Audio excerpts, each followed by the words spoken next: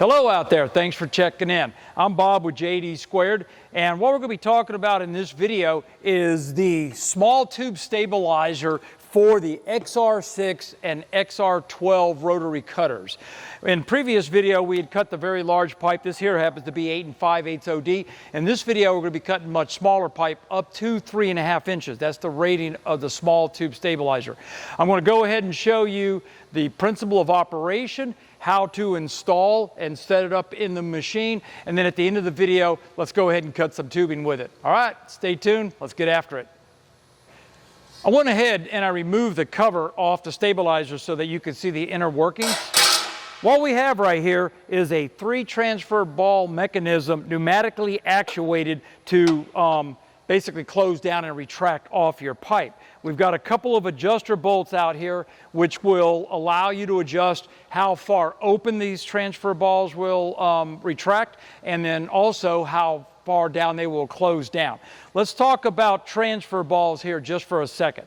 They are designed to have workpieces transverse across them in multiple directions. So since we're rotating the tubing and moving up and down it, we need a transfer ball. However, they do have a few shortcomings. They work great for that job, but they got a couple problems. And one of them is if they're under a relatively heavy load, they tend to wear out relatively quickly. In a few weeks is our experience.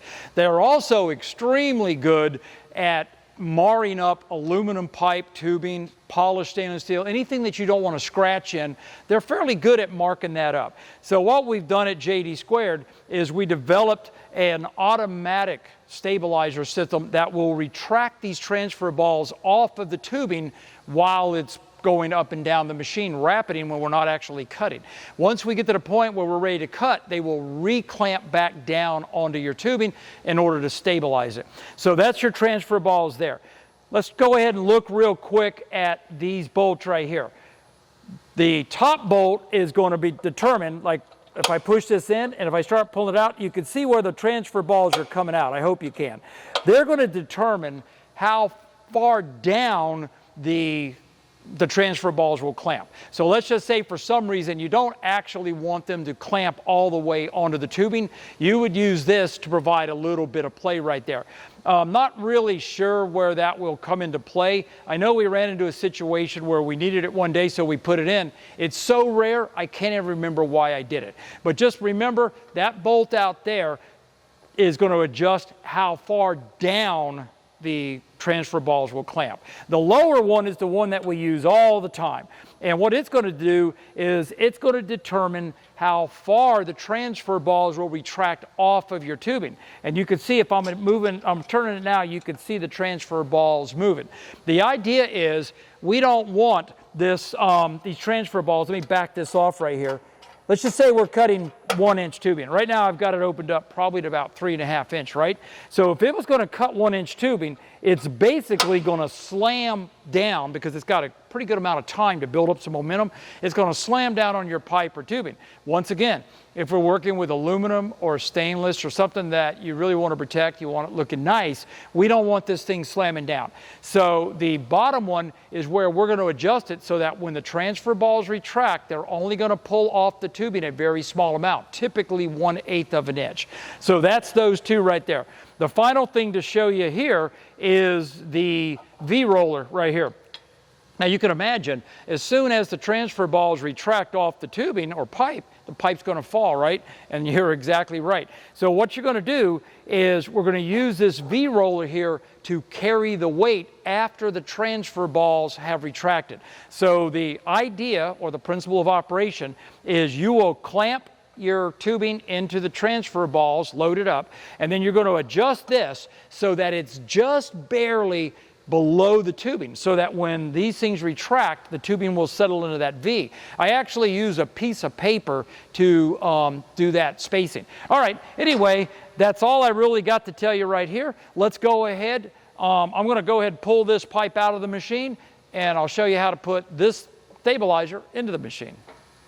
Take the two angle brackets that were supplied with the round tube stabilizer, and on the inside of the Y carriages, you'll see these series of holes.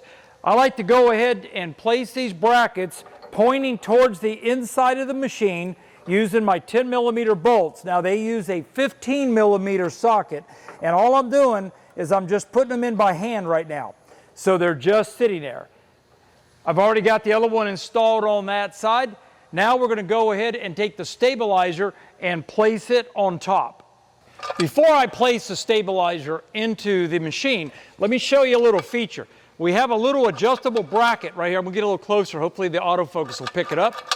And what that bracket is for is once I go ahead and place the stabilizer on top of the carriage, which I've done right now, once I get everything adjusted, I will be using that plate to adjust it against that bracket. Then I'll lock it in place. The next time I have to put the stabilizer into the machine, I don't have to do any of this adjusting or anything. I literally just bolt it in, bump the stabilizer against the stop, tighten everything down.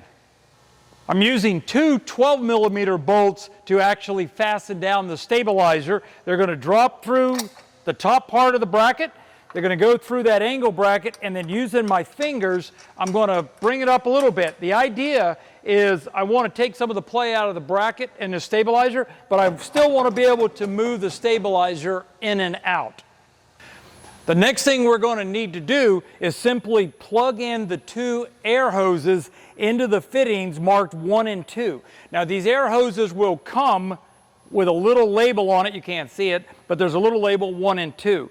If you, for some reason in the future, need to replace the hoses, it's a very simple way to find out what's going on because the label on the panel has an unclamp setting. So if I was to push this down, you could hear the stabilizer clamping down, and if I go to the unclamp mode, it's unclamped. Well, it turns out that if I remove that hose, the number 1 hose is the one that isn't under pressure when the thing is in the unclamp mode. So we just plug those two hoses into 1 and 2. Now the regulators right here, this regulator here is actually a torch lift regulator, which doesn't come on the standard machine. It's for the drill head option. This here regulator is labeled tube stabilizer. Actually, it's called tube stab. It is where you adjust the pressure that you want to apply to the stabilizer.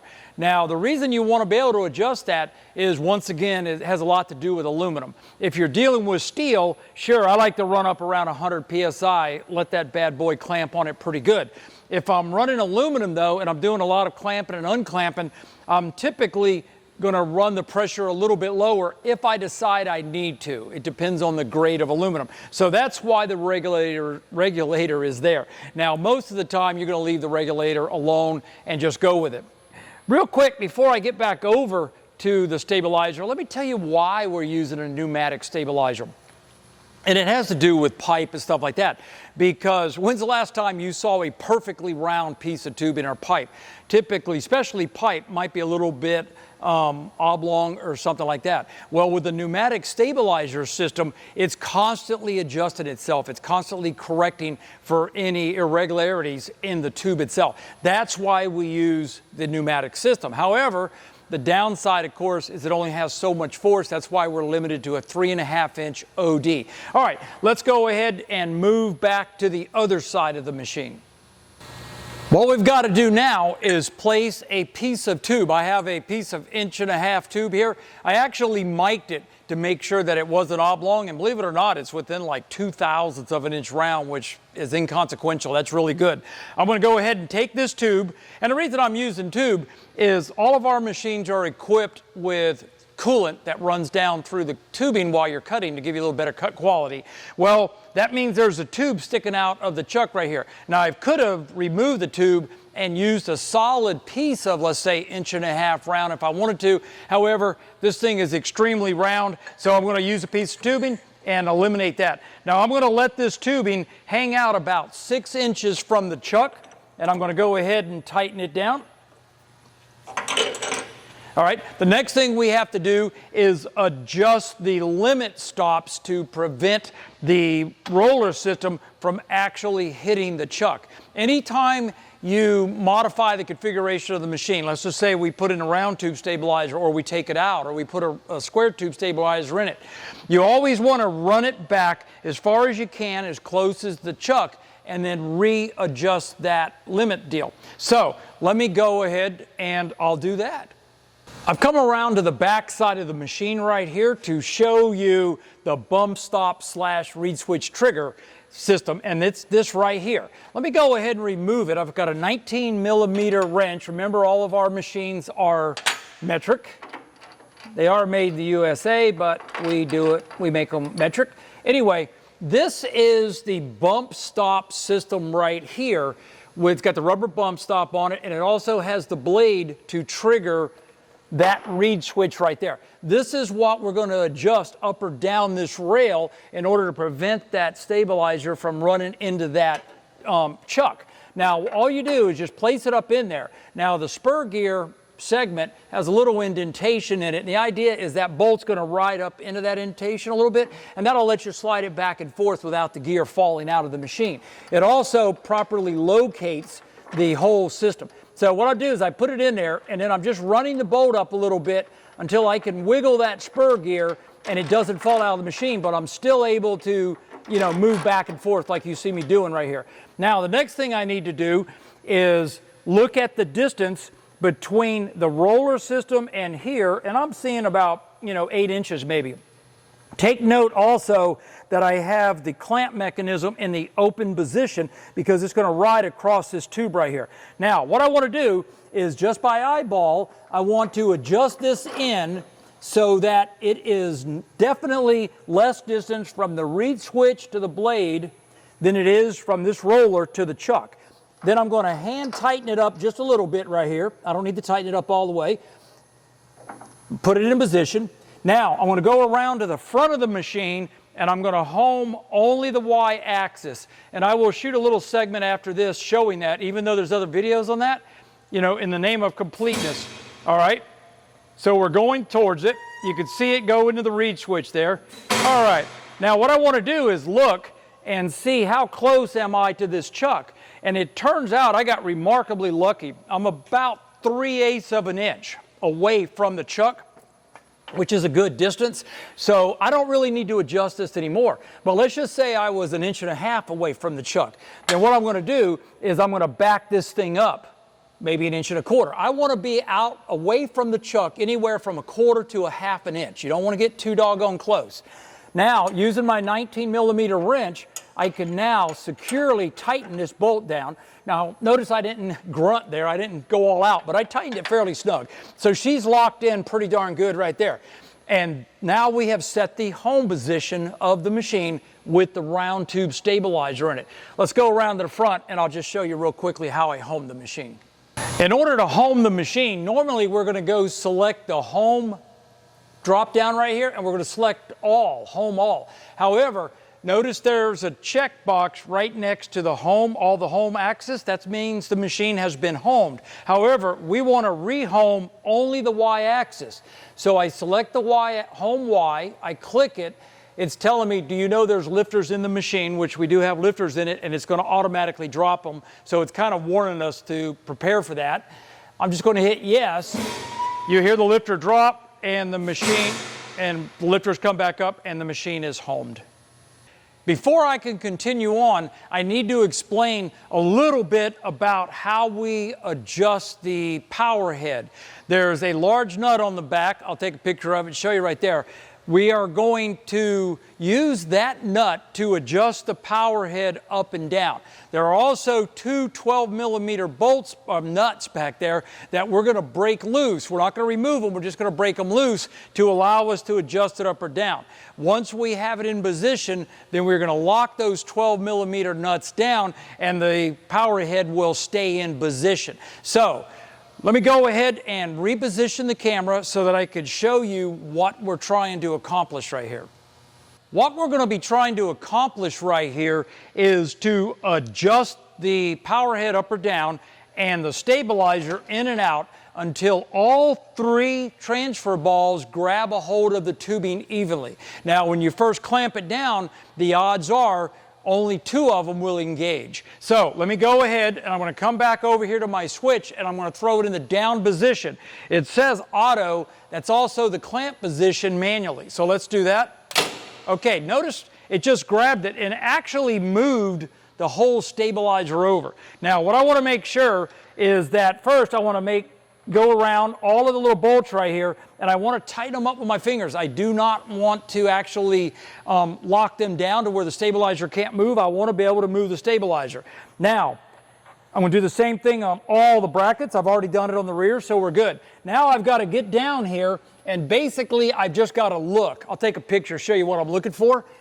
Easiest to come around to the back of the machine, and I am looking for I'm looking to make sure that all 3 transfer balls are contacting the tubing evenly, and they are. Now, I do not have to adjust this power head up or down all the time, and the reason I don't have to is generally when I'm using a stabilizer, which I'll be frank with you, you're going to be using a round tube stabilizer or a square tube stabilizer probably 90-something% of the time. So with that in mind, when we engineered the machine, we designed the stabilizers to all have a center rotation point in the same spot, whether it's square or round. And I will continue doing that. There are other attachments that we are developing for the XR6. It'll be the same thing. The idea is, why adjust power head up or down if you don't have to? So I do not have to, because we have been cutting with this machine with a stabilizer in it.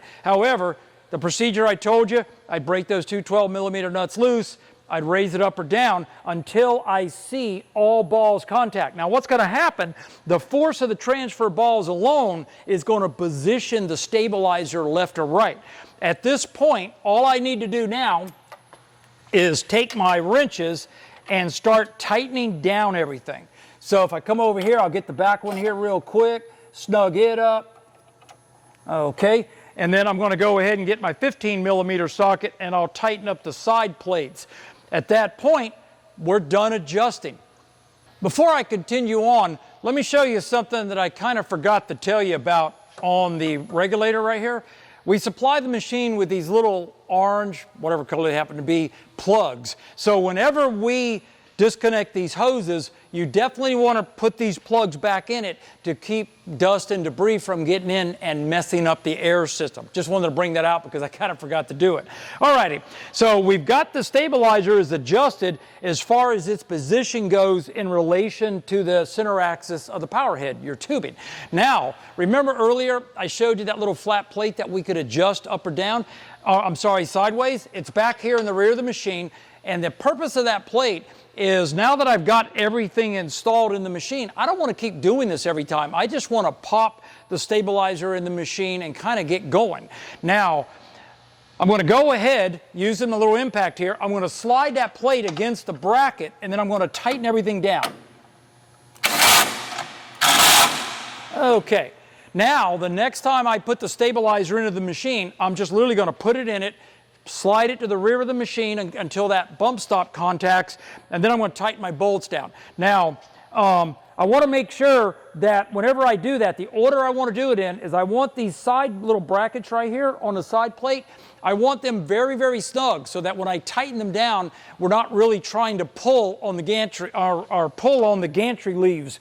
If I was to tighten these down first, fully tight, and these were a little loose, pull them in, what would happen is it would pull the carriages together a little bit. Probably not going to hurt anything, but don't do it.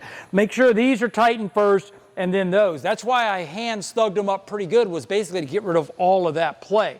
Okay, so we've got everything adjusted right there. The next thing we're going to need to do is adjust this roller right here, the V-roller, up to the plate.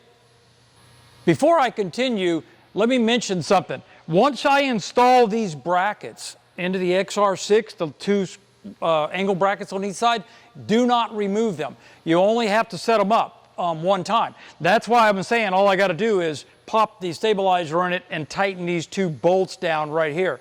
I think a minute ago I said raise the roller to the plate. I meant the tube. Anyway, let me show you how to do that. I went and got myself a piece of paper, and I folded it over about 4 times, and I also got a 8mm hex wrench. Now, this whole system will roll up or down, and there's 3 weld nuts in that plate, behind the plate back there, to where you can relocate that bolt so that you can handle a range of material from 3/4, 1/2 inch, 3/4, up to 3.5.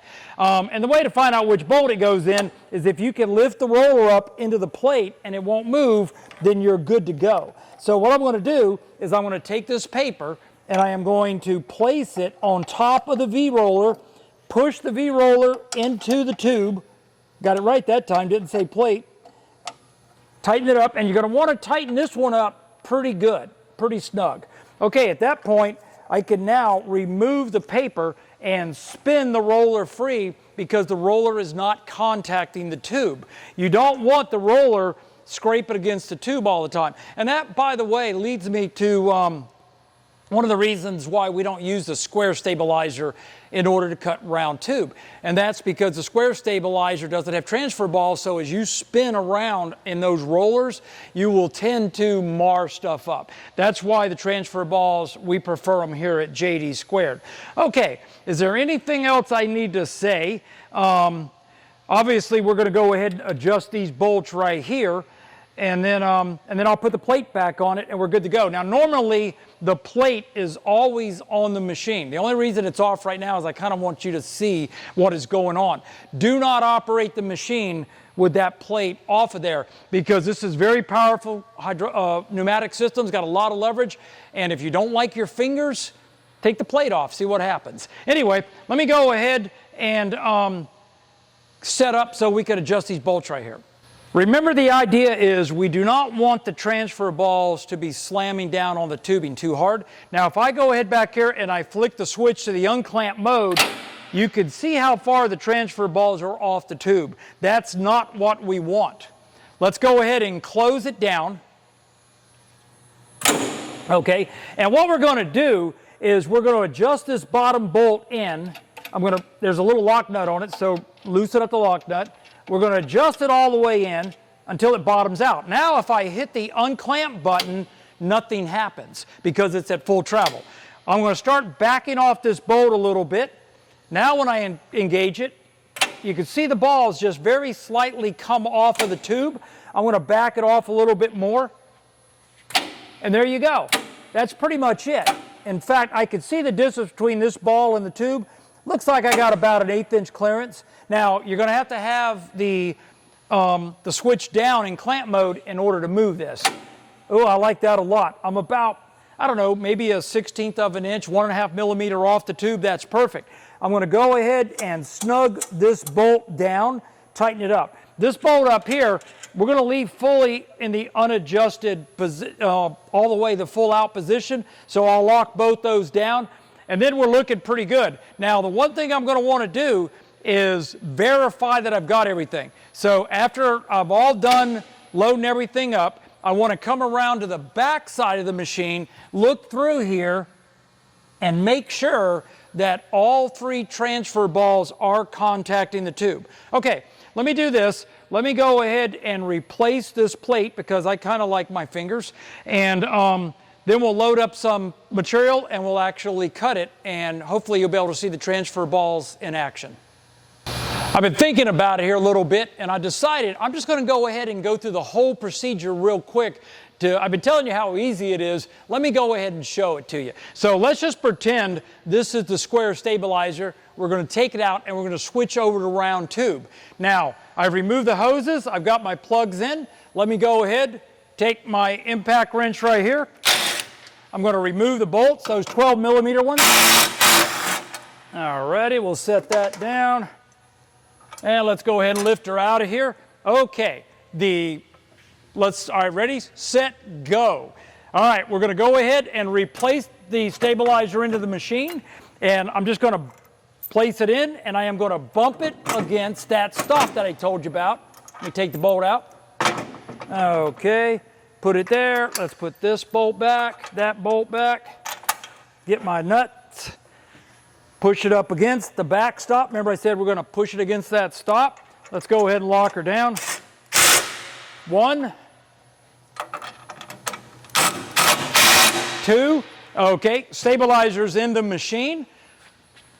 We got to hook up our hoses now. I'm not even going to disconnect the air to the machine because I don't care if it makes a little bit of noise. We're going to look at our labels. I have the number 1 hose is going to go in the number 1 spot. So I push the black plastic on the push-pull plug, I remove the little plug, and I plug in number 1. Now, if I just pull the plug out of the bottom one, you can hear it, right? Well, if I wanted to, I could just flick the switch. Now I could remove the bottom one without the air coming out. If the air's coming out, not a big deal. We can lock it up. Okay, now we've got our stabilizer working, but remember earlier, I had adjusted it for that piece of pipe that we were using to kind of like set up the stabilizer.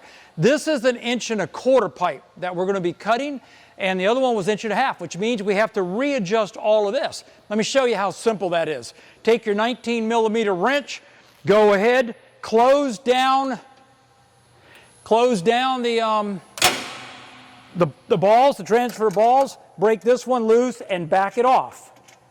Now, flick the switch the other way. Let's go ahead, open up our chuck jaws right here. Now, another thing we're going to need to do is take our 8mm hex wrench. We're going to need to drop the V-roller out of the way. Let's go ahead, place our tube into the machine, coming from the back side. Now, whenever I put tubing into a chuck, I generally only grab it by about 1/4 inch. There's really not a lot of reason to go any more than that. It has to do a little bit with I just want to use as much tubing as I possibly can. All right, now I'm going to go ahead, raise up the thing a little bit and engage the balls. Now, it's locked in. I'm here to tell you, I'm pulling on it pretty good. Let's go ahead real quick, take our paper, put it on the V-roller, adjust the V-roller up, use our 8mm hex wrench once again, tighten it. Now I do want to tighten this one snug. Remember, the idea being is it's going to carry all the weight of this tubing. So if this thing was 24 feet long, we want it snug. I can free spin my thing here, my V-roller. So the only thing I have left to do right now is to go ahead and adjust the transfer balls themselves. So I go to my switch, I go to the unclamp mode, and I am well off of the tubing. So let's go ahead and turn in the lower adjuster bolt. Once again, I'm going to turn it all the way in. Now it turns out when I did it earlier, I noticed I went out about a 1 1/4 turn on it. And yeah, that looks pretty doggone good. So I'm going to go ahead, spin the lock nut down, the lock nut right there, snug it up, and we are done. We're ready to go. Told you it was simple. In the name of completeness, we have to go ahead and create us a part to cut real quick, so I thought I'd take the opportunity to show you how quick and easy that is also. I'm going to go ahead and use my CAD program of choice, which is Autodesk Inventor. I'm going to create a straight part. We're cutting 1.25 inch tube.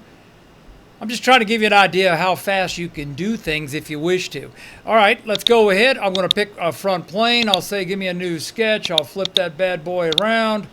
Let's get a couple circles in here for our tubing. 1, 2. Dimension, tube wall on 1.25 inch pipe is 140. We're going to go to a 1.660 OD. We'll say OK. We're going to say finish. I'm going to go ahead and extrude that out quickly. And we're going to extrude it out about 4 inches maybe. We're not actually going to use all 4 inches. Let's go ahead and cut off one end at a little bit of an angle just for giggles.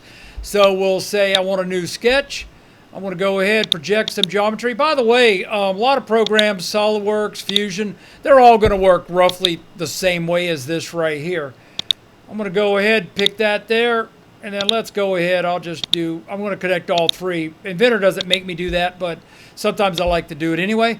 All right, and then I'm just going to go ahead and switch over to slice our graphics so we can see what's going on. Let's go back to our sketch tools, dimension. We're only going to do something like, I don't know, what do you think? Like a 20-degree angle maybe? Just something so that you can see it. We'll say finish. Let's go ahead and extrude. This is, by the way, a reason why you would want to be not using a 2D CAD program. Yeah, I mean, you just don't want to do that. We're going to go ahead and cut that. We'll say, okay, there's our 45 degree. Let's go ahead and add a hole. Let's see, give me a new sketch. And we're going to go ahead. We don't really care where that hole is. Let me slice my graphics once again so I can see it a little clearer. Go back to sketch mode. I've had people ask me how quick is it to just develop something real fast in a small program. 1.25 inches, by the way, right there. Let's go. We're going to make this hole, I don't know, we don't need a real big hole. 3/4 inch hole. And then I got to tell it we are vertical above that right there. We're black, which means we're fully defined. And let's go ahead and extrude both sides of those also, and we'll cut that out. There's our hole right there. Now I'm going to go ahead and change the length of this thing because I really don't want it that doggone long. I want to cut up a couple of sections. Let's see what, 2 inches. Yeah, I like 2 inches. That don't look bad. Okay, that's the part that we're going to go ahead and process real quick. So let's save it. And I've got to go to, where do I want to save this at? I clearly don't want to save it in my, that folder there. Let's go back up to code. And we will go to our test pieces. And we're just going to call this super simple part. How about that? Doesn't get no easier than that. Let me drag that up so you can see what I'm doing right here. Super simple part. I'm going to go ahead and save that. Sure. Now I'm going to go ahead and export it from Inventor as a step file. So I will select step files, say OK, go. All right. Now we should have a step file. Let's switch over to Camelot. Let me go over ahead. You're not going to see it on the screen. I'm going to that folder, and I am going to drag and drop in that particular part. Let's go to test pieces. In fact, right here you can see it. I've sorted by date. Here's our super simple part .stp for step file. Let's drag that bad boy in. Let's go ahead and minimize this right here. All right, there's our part. And I'm trying to get this thing out of the way. It won't let me move. Yeah, I want to detect features. Now I should be able to get this out of the way. All righty. Sure, I want to go ahead and make a job. Calculating up all the geometry of the part, like normalize it and everything. It's asking me to save it as a job name, so let's call it our super simple part. We'll say save. Let's go ahead and, whoops, got back to Inventor. Don't want to be an Inventor. All right, so there's all of our lines right there. We're looking pretty darn good. Let's go ahead and add some operations to this. I'm going to use the one-click make operations for all layers. We have start, holes, end cuts. We're going to make sure that we have the right consumables in the machine, which currently are 65 amp shielded. And I'm going to say make operation for all parts. There's our operations. If we zoom in, you can see the Camelot has offset everything the correct distances and the correct position. At this point, I want to go ahead and nest my tubes. Let's go ahead and, you know what? Let's do 2 of these parts just for giggles, okay? I'm not trying to show you how to use Camelot. I'm just trying to give you an idea how easy it is. The length of the tube, we don't really care. We could actually enter the correct length or not. It makes no difference because we're going to start at the end of the tube. Let's go ahead and hit nest tubes. There we go. That's our tubes have been nested. Now, in a future version of Camelot, we will have it to where this will rotate 180 that way and spin 180 for better nesting. That's going to be in Camelot version 2. Look for that hopefully the first half of next year. We got a lot of stuff coming out in Camelot 2. It's going to take a while, but this is one of the items. Let's go ahead and run our post processor. It's going to give it suggests a name, super simple part. Sure, let's go ahead and go with that.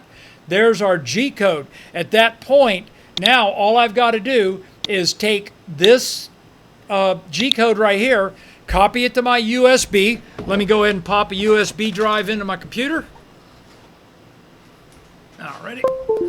And it should have come up. Let's make, oh, there it is right there. I'm just going to drag that to this one here.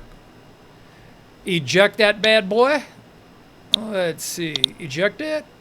Come on. Talk to me. Talk to me, Goose. Talk to me. There we go. We ejected it. All right. I am going to take that USB. Let's head up back out to the machine. We're back out at the machine. I've put the USB with the program into the computer. Let me show you something here real quick.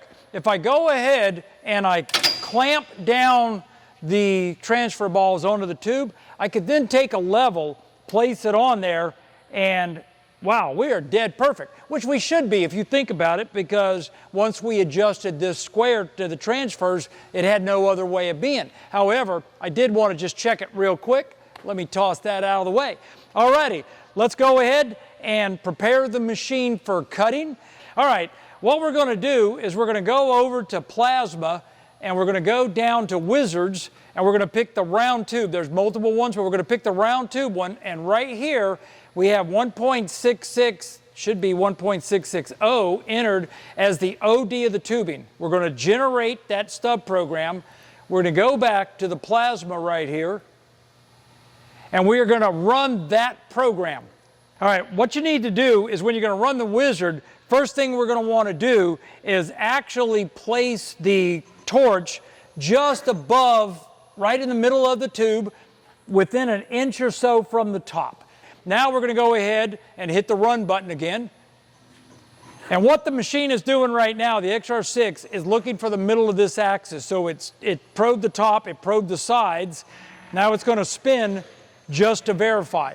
Now, while it was doing this, I made sure that the setting over here had the transfer balls clamped down, because if it weren't clamped down, then the tubing would not be in its actual real position. It'd be laying on that V right there. All right, so we're good to go. Now the next thing I'm going to need to do is set Y0. That's the program origin for that program we just created. So let's go on down to the end. I'm going to go to the end of the tubing, about 1/4 of an inch from the end. I will return back to my screen, and I will make sure that I have the primary head selected, which is the torch, and I'm going to click Y0. At that point, now the machine knows right where the tubing's at, where the end of the tubing is also. Now we can go ahead and load up our program. Let's bring in our super simple part. There it is right there. Now we can just go ahead. I'm not really sure how to zoom. There you go. There's our part right there. So let's go ahead and for real hit the run button. Whenever you're rapiding up and down your tubing or pipe, notice the transfer balls, you can see the air gap there, they are disengaged. So the tube is actually riding on the V. That's what you want. Now when the program goes into auto mode, currently we're in the unclamp mode because we're manually moving up or down. I need to go ahead and move this into automatic mode. Now what that did was that closed down the stabilizers on the machine. Now we're going to come over here, we're going to hit the run button, and when she moves, you hear it, you could actually see that the transfer balls disengage.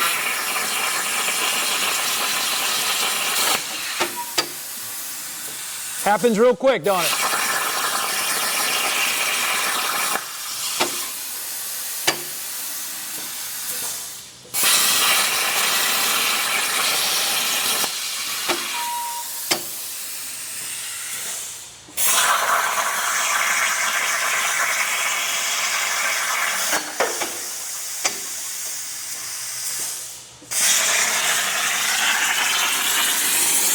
Nope, we're not going to see anything from that point of view.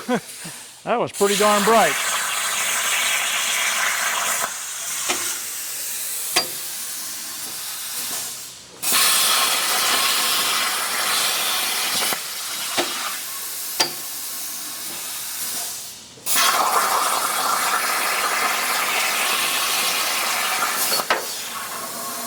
Okay, the program has finished cutting. However, notice that the transfer balls are still engaged.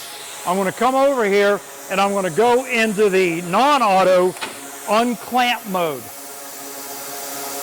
I think we've come to the end of our journey on this. There's our part that we needed to cut right there. I believe I've covered everything. If you do have any questions, please email support. They'll be glad to help you out. In the meantime, I've got nothing left. Thanks a whole bunch for tuning in. Hope you have a great day. Goodbye.